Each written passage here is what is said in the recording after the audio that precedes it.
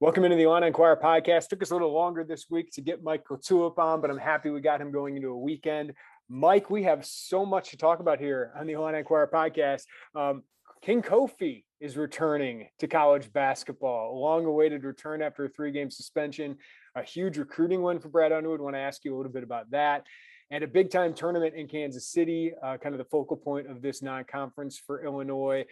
But first, we got to bring it up. Monday, a disappointing loss, no matter how you look at it, 67-66 to a Marquette team that, hey, Daryl Marcel, we can qualify him as a Illini killer now. But I'm going to give you the floor right away. No, Kofi Cockburn wasn't there, but still, as a former player, as a coach, what do you kind of take away from that if you're a part of the Illini program? Too many self-inflicted wounds. I mean, that really ended up being the story. 26 turnovers. Shot selection at times, 3 to 4 fouls that were 85 to 90 feet away from the basket. It's hard to win that way.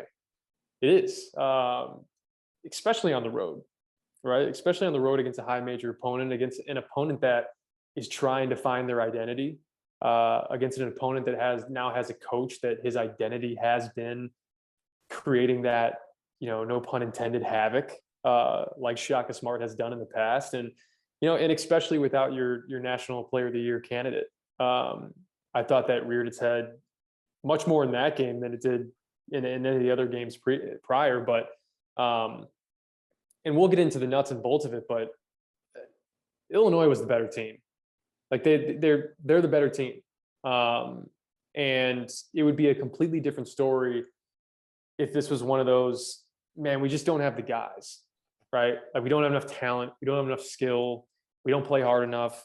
It's not the case, and I think a lot of times that would be way tougher to overcome night in and night out. And I think you look at those self-inflicted wounds and part of you is like, man, the self-inflicted aspect of it just doesn't sit with you well. Because we did it to ourselves, right? You're thinking that as a coach and a player, like we did this to ourselves. But the other side of that is, okay, well, these are correctable. If we correct these things, we correct these things, we win. And just taking that a step further, you can recognize those things, but you got to correct them. Like you got to take that step to correct them. And I think I understand that they lost that game by 1. In my opinion, that was the only way Marquette was going to win that game, was by 1 point. They desperately wanted Illinois to win that game in a lot of different ways. And I just think that there's something about losing where if you win that game 68-67, this team is mature enough to understand that there are still things to work on, that they could have thrown that game away. But there's a certain feeling associated with losing that just you truly look at yourself in the mirror and you're real with yourself. That certain things that happened in that game, it's almost like, hey, the basketball gods were like 26 turnovers, some of the late game play, like I can't allow you to win this game. I'm sorry. And I think that ends up being the story. But like you said, you get Kofi back and now you transition to Kansas City and you take what you can, you learn from it, and you turn the page and you focus on Cincinnati. Yeah, Mike, my question, sometimes it feels like fans want us to yell at coaches or players after these games. It's like, that's not our job. Our job is to get, answers, like insight. And my question to Brad was, it wasn't like, do you bench Andre Curbelo at the end of that game? Because he's your point guard. He's your high-use guy. He's got to have the ball in his hands for this team. And plus, he's got to learn some of these things that he's going to need to know in Big Ten play. So I asked him, what do you need Andre to learn? Because obviously this was a rough game from him. So what do you think he needs to learn from probably his worst performance, especially as a key part of this team? Yeah, I think you can certainly say it was his worst performance. And Andre Curbelo would probably tell you it's his worst performance. I think that's the key, right? And I'm very passionate about the subject of taking the ball out of his hands late game, and I'll get into that. But the step that I think Andre Curbelo can take, we know what he's capable of. We know his abilities. There's no denying that. Preseason All-League, preseason All-American. And to me, that's all warranted. Yeah, I don't think that was people being prisoners of the moment or just kind of over projecting. I think he is 100% capable of that. And he's going to be on a team that's going to achieve a lot of great things. But you can't he had too many opponents against Marquette. And that's the best way that I can put it, is when you already have enough stacked against you when you go on the road, right? When you play against a team that is itching for a signature win on the road, right? You already have that opponent, and that's hard enough. But when you make yourself an opponent, when you make the officials an opponent, you put too much on your plate for a guy that is counted on to steer the ship, right? And I think, you look at I think you saw the common theme was that he has to trust his teammates. And I think that there's a bit of a misconception there. And the way that I read it is, in certain moments, it's not just trusting your teammates. We're like, hey, you're taking the shot and you need to pass the ball. That's at a very basic level of trusting your teammates. For him, at times, the problem that he can run into when it comes to trusting his teammates is he wants to make the pass from his angle as opposed to making the pass to someone else who has a better angle. And maybe it's like I want this to be my assist. There's a lot of stuff that goes through a player's head, but for a guy like Andre Curbelo with the abilities that he has, this is another point that I'll make. When you're on a really good team, right, your poor performances can be masked a little bit because you have other good players, right? Trent steps up, Coleman Hawkins steps up. And sometimes, you can fall for thinking that your poor play can be covered up by these other good players. Not as a point guard. Not as a point guard. Like, that's just not how it works. And I think sometimes it takes a little bit to understand this, is understanding how much power you have as the point guard, as the guy with the ball in his hands. And you saw on full display where if those powers aren't used, in a way that benefits the team, it can sink the ship. But on the flip side of that, this guy has all the talent in the world to, when he uses those powers for good, this team can achieve a lot of really good things. You're making it sound like with great power comes great responsibility, Mike. That's what it sounds. Exactly to me, right. It felt like Mike, he wanted to prove that he's an All-American. Like it felt like he wanted to prove he's IO. And he just has to be Curbelo, right? And I think there's a growing process. Curbelo or IO dealt with this. He had some bad performances late in games early in his career. I remember Cassius Winston coming into State Farm Center and having nine turnovers in a loss where they were a top 10 team. So these are going to happen. It's just how do you come back from them? So I'm really interested to see that. To me, Mike, it did feel like, and the Marquette crowd was good. It was a really cool setup with the students on kind of both ends, both baskets. But it looked like the first game for Curbelo and Hawkins in front of a crowd, like of a real true road crowd. And did you see that? Did you think that played a role at all? Yeah, I think I'll give a player a pass on that for like the first couple, 6 to 8 minutes, because it's jarring, like it's a shell shock, especially when you haven't dealt with it at the college level yet. But to me, that wasn't the story with Andre Curbelo. And maybe the crowd factors into it, but he lost his mind.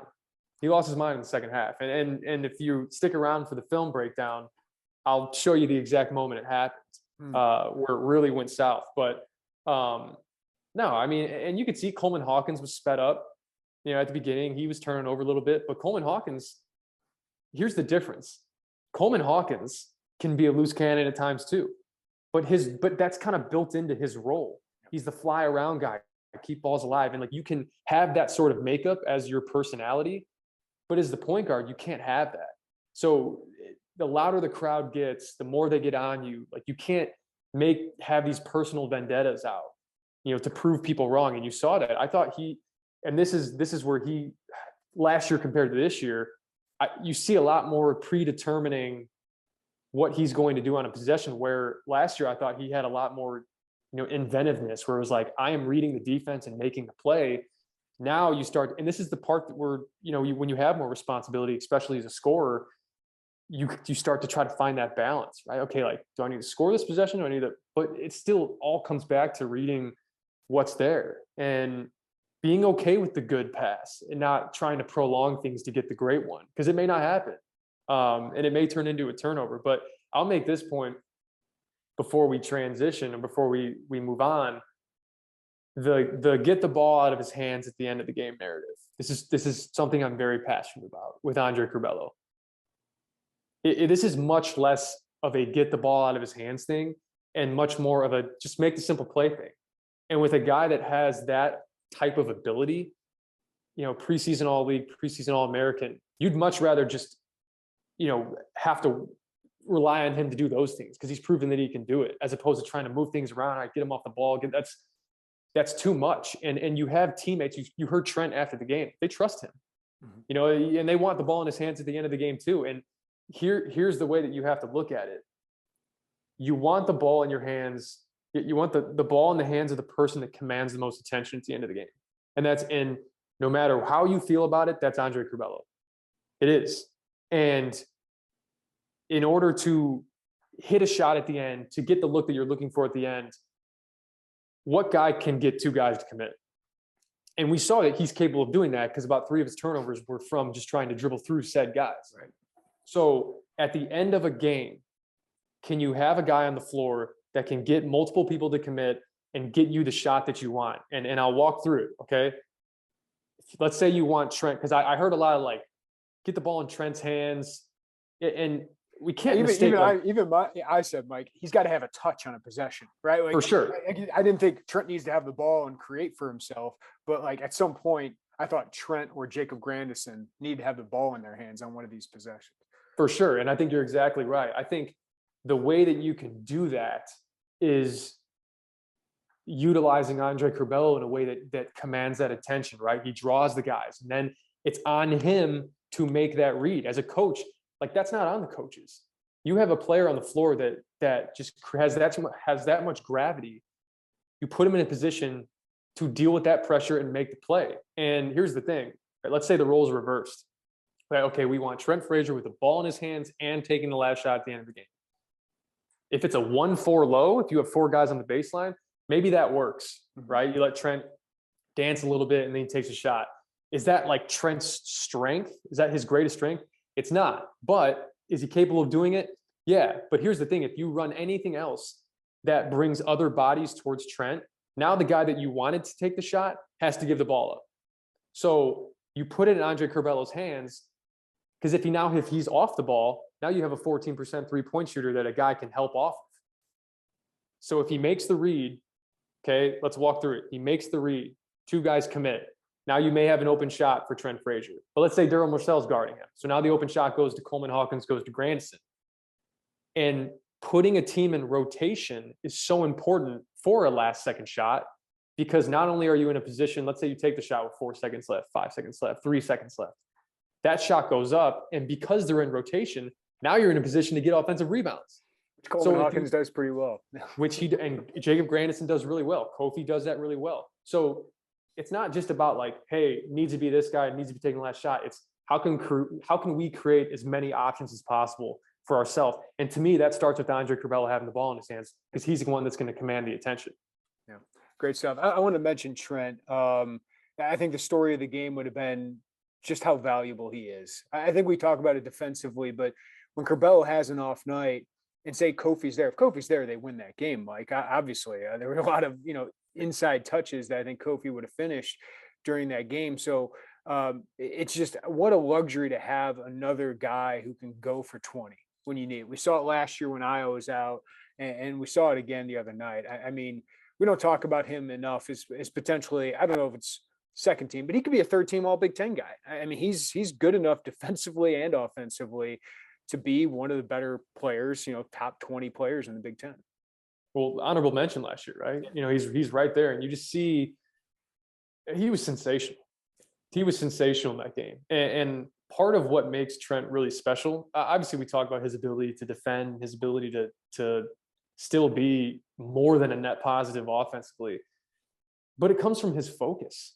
And I think that's something that Andre Curbelo, I don't want to keep going back to Andre Curbelo, but it's something that I think he can learn from Trent. Is the reason why Trent is just so dialed in at all times is because he doesn't let calls dictate. I mean, he had a call in the first half. He gets over a screen, or he's dribbling the ball. He comes over a screen. Morcell sweep the leg and took his leg out. I mean, it should have been a foul. There's no question about it. You go back and look, should have been a foul.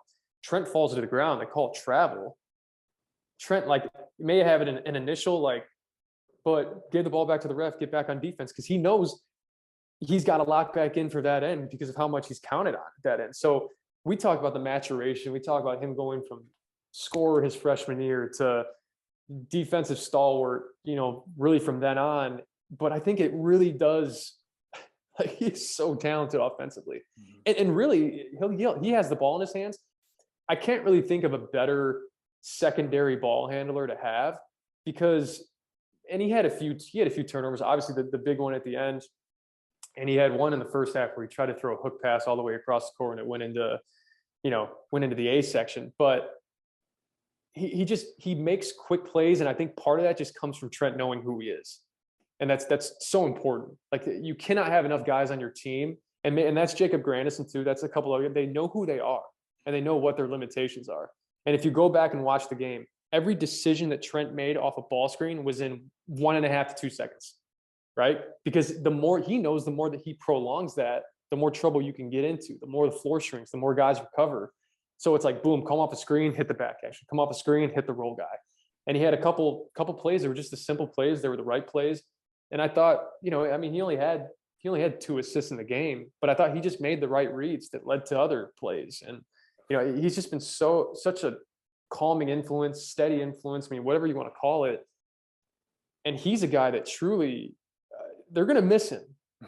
They're going to miss him a lot, man. I mean, he covers up so much defensively. It's like Draymond in a way. It's like these guys, he doesn't get screened. He's always in the right spot. He knows when to gamble, when not to gamble. Like, he's an outstanding basketball player, man.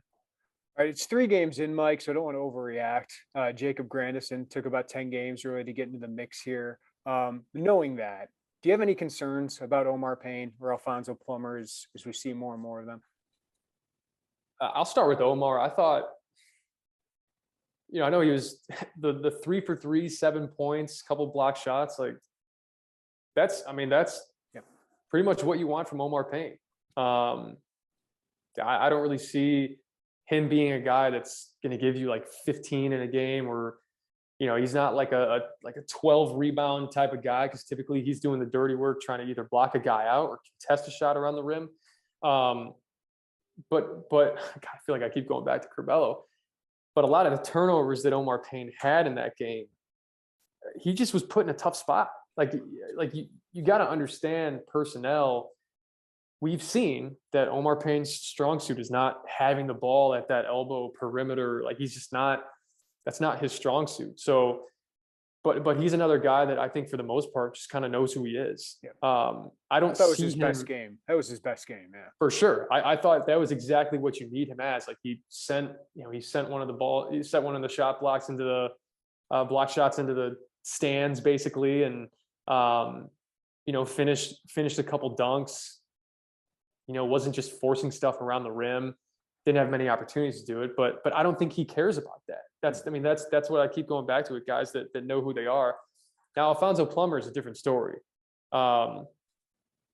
He needs to find a way to be more effective on the defensive end, because if he's not making shots and he's not serving as that microwave off the bench, then it ends up just kind of being a net negative.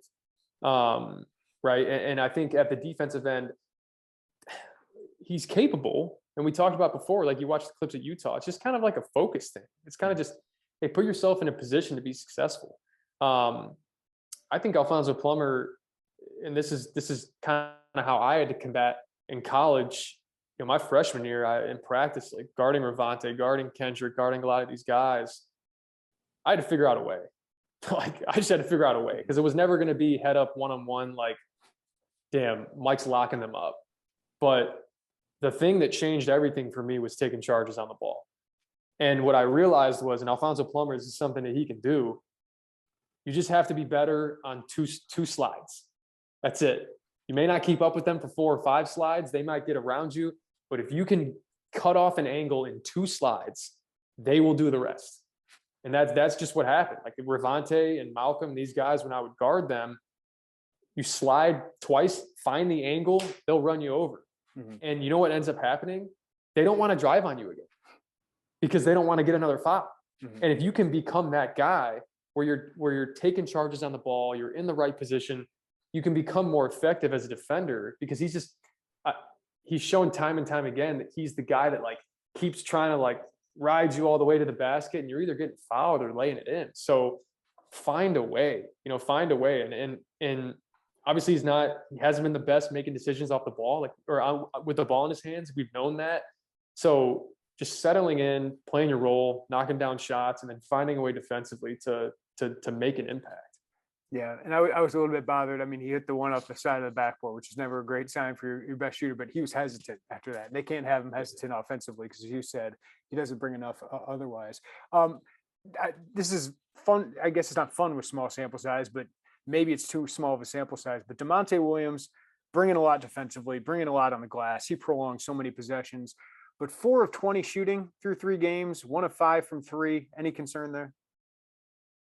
We talked about it. I mean, this is when you start a season like you did last year, 10 for 15, you're playing with house money. Yep. And I don't know if this is, here's the thing. And I'm not saying that DeMonte Williams is like percentage conscious, because I don't know him well enough to know if that's, but I know a lot of players that are. Mm-hmm. And when you know that like another 0 for 2 night sends you back, another 3%, another 2%, like guys can end up thinking about that. I don't really, DeMonte doesn't strike me as a guy that really thinks about that, but I think it's just, it has to be a mindset of, hey, you've seen what I'm capable of shooting the ball.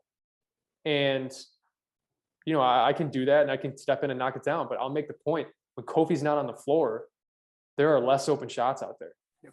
Right. And when Curbelo is not making plays for others, there's just less open shots out there. And a lot of his shots, talk about like, I want to go back. I think it was the IUP game. One of those threes that he hit, maybe it was in the opener against Jackson State, but one of the threes that he hit was like dribbling to the right, guy draped on him, like right wing, shooting like a fadeaway. Like that's not, you're not going to shoot a high percentage when those are the shots that you're getting. So, I don't think there's any cause for concern, because the thing that DeMonte Williams is doing is making it up in other areas. Whereas just like for Fonzo Plummer, if you're not making shots, what else are you doing? And DeMonte, 11 rebounds, 4 that he kept alive, really tough foul at the end, 90 feet away from the basket again. But again, more positive than negative with him, but he's always going to be a guy that's doing those little things. And those are things that you can count on, but he does need to be a guy that isn't, hesitating on 3-point shots. You've shown that you can make them. And when you are open, step up and knock them down. He's a guy you just don't want us to 0 points offensively, right? He's a guy you want 3 to 6, somewhere in there. He's better. Yeah, he's better than that. Yeah, for sure. And one last thing, it's weird to say this, but I thought it was kind of odd Luke Goody played only 1 minute, because I felt like he could have calmed things down. Like, I don't know if that's because I'm in the Luke Goody fan club, but just you needed some offense. I don't think he would have been hesitant to shoot, and I just thought you needed some energy. Were you surprised he only played 1 minute? No, I wasn't surprised. I'm in the Luke Goody fan club as well, and honestly, it was weird when the one press that he broke. He caught it on the sideline and just kind of calmly made a pass up the sideline and got him into their offense. And I'm not going to take just that and be like, why didn't you play him 20 minutes? Right. But that's just what happens in those types of games. Rotation shrinks a little bit. I talked about it. Like, you can talk about having 9 to 10 guys. It's 7 or 8. It always is. And someone's going to be the odd man out. And, you err on the side of experience. DeMonte played 31 minutes. He's kind of in that Luke Goody minute category where, that's his position in a way. And, but they really rode those starters, and they rode DeMonte, and you kind of had to go with experience in that game. Whether Luke Goody was going to be such a positive where you have to keep him in for 18 to 20 minutes, I don't know. Probably not likely. So those minutes really did kind of go to DeMonte, because you're going to have Hawkins on the floor, you're going to have Grandison on the floor. So it's a matter of, who do you want out there? And like I said, in those hostile environments, you kind of want to err on the side of experience. Yeah, especially with that defense. Okay, Mike, Kofi is back. The All-American center, Big Ten preseason player of the year, has served his 3-game suspension. He will be back to play against Cincinnati on Monday night in the Hall of Fame Classic. How do you think this looks immediately? Is there any rust, do you think, or is this just Kofi taking the world by storm? I mean, it changes a lot. Go back and watch any Illinois film from over the years. I mean, a lot of what they run is to get into a high-low scenario, and how much that opens up. We talk about all the time. He may not get the ball on a post touch, but the defense is so sucked in to help. That's what opens up DeMonte Williams shooting wide open shots. That's what opens up 42% Jacob Grandison from three. And I don't really see, you're integrating a guy that is just an unbelievable post presence. It'd be a whole different thing if you're implementing a guy that literally has the ball in his hands. Like if Curbelo is out for 4 games and then you're trying to bring him back in, that's different because now whoever was handling the ball for those games, it's just a completely different person handling it. Now you just integrate a guy where, and you'll see in the film breakdown, Curbelo was a little bit reluctant to make some passes into the post, whereas he's not as reluctant with Kofi. And then he did make some passes that turned into turnovers that maybe Kofi ends up putting in or dunking. And we talk about all the time, Kofi, a double team on Kofi is advantage Kofi. I'll say that till the cows come home. I mean, it just is. And, it leads to higher percentage shots. It leads to higher percentage outside shots, inside shots. It's just, he brings so much to the table offensively by just being a presence and defensively too. I think Omar Payne, he probably has even a little bit more of a propensity to go and try to get that weak side block than Kofi does. Kofi does it too, but Kofi's sheer size and not only just blocking shots, altering shots, it raises your level of play and how dangerous you can be as a team. It's unbelievable. And he really does. I mean, I think he elevates Curbelo's game. He elevates Trent's game. And he is a guy that has that type of gravity, just like Curbelo does on the perimeter a little bit, handling the ball, getting guys to commit. He does the same thing in the post. And when you can have two guys like that, that's why why last year you're a top 10 offensive team in the country. And I'm eager to see him and Coleman play off each other, right? I mean, we've seen really good. I know there was first half struggles against Marquette and a bad turnover in the fourth quarter or in the second half last game. But I mean, Coleman really settled in the Marquette and he's been really good early on in the season. So how do you think those two play off each other, Mike? I don't think it's going to be an issue at all. I think, and that's part of the reason because Coleman Hawkins' game is predicated on activity. And that doesn't matter who's on the floor. Right. Being active is just being active. He's going to keep balls alive. He's a right place, right time guy. You saw a couple of those balls get batted around in the first half against Marquette. It's like, oh, who came up with it? Right there in front of the basket for a dunk, Coleman Hawkins. And I think it's going to give him an opportunity to give you more open looks. And he seems to be confident shooting them. I mean, they're up 9 against Marquette. He buries one to put him up 12 off a really simple Andre Curbelo look. Dribble, commit, kick. So he's going to have all the opportunity in the world because he creates that for himself without needing the ball. So it really doesn't matter who you integrate into the lineup. He's going to be active and he's always going to reap the benefits of that. All right, Mike, more high major opponents here at this tournament. We get to see more of Illinois and, of course, with its best player back. Cincinnati is their first game on Monday. Cincinnati 4-0, really haven't, they beat Georgia by 5 points. Georgia's 166 in the KenPom. They beat Evansville, Alabama A&M, and Presbyterian. So not much competition, but they've won all 4 of their games. What are you expecting against Cincinnati? I mean, they're relatively untested. You can certainly say that. But again, here we are, first-year coach, trying to implement his culture, trying to get guys playing hard. Cincinnati's always going to scrap. It doesn't matter if it's Huggins, if it's Cronin, whoever's at the helm there. That's just kind of their identity. It always has been. So it's I think Marquette was a pretty good precursor for this game. It's going to be a lot of the same. They've shown some token pressure, full court. Who knows? They may watch the film and say, this is what we're going to do when they look at the 26 turnovers. But, their team right now, and it's an early sample size, but their defense is solid. And I think the tempo, the time of possession that they have defensively is attributed to, they're solid. They're solid on that end. But a lot of parts that they're trying to integrate, they got a lot out of the transfer portal. I think at one point they had like 6 scholarship players before they had to bring in just kind of a new wave of guys. So they're certainly not going to be at their apex as a team. So you take advantage of that, right? And it's a neutral floor. I'm assuming that just as Illinois fans do, they're going to travel well. But this team has some talent, and it certainly isn't a game that's just going to be a role. I mean, if last game was any indication, you play a high major opponent, really anything's on the table. But I do like what Kofi can do in this game. Cincinnati has some length, but at the same time, you see time and time again, I'm not sure that really matters for the national player of the year candidate. Mike, before I let you go, it was a big week. Illinois had some good news later. Ty Rodgers signed with Illinois, top 60 prospect or top 65 prospect nationally. 6'6", 200 pounds, really versatile, loves his defense, Brad Underwood does. What do you think about what Brad Underwood's doing in recruiting and what you think this class can add with Jaden Epps and Sear Harris? Yeah, I think you hear throughout the week, a lot of it's trend. Illinois is a trendy school now. And that comes from winning and sustaining the winning.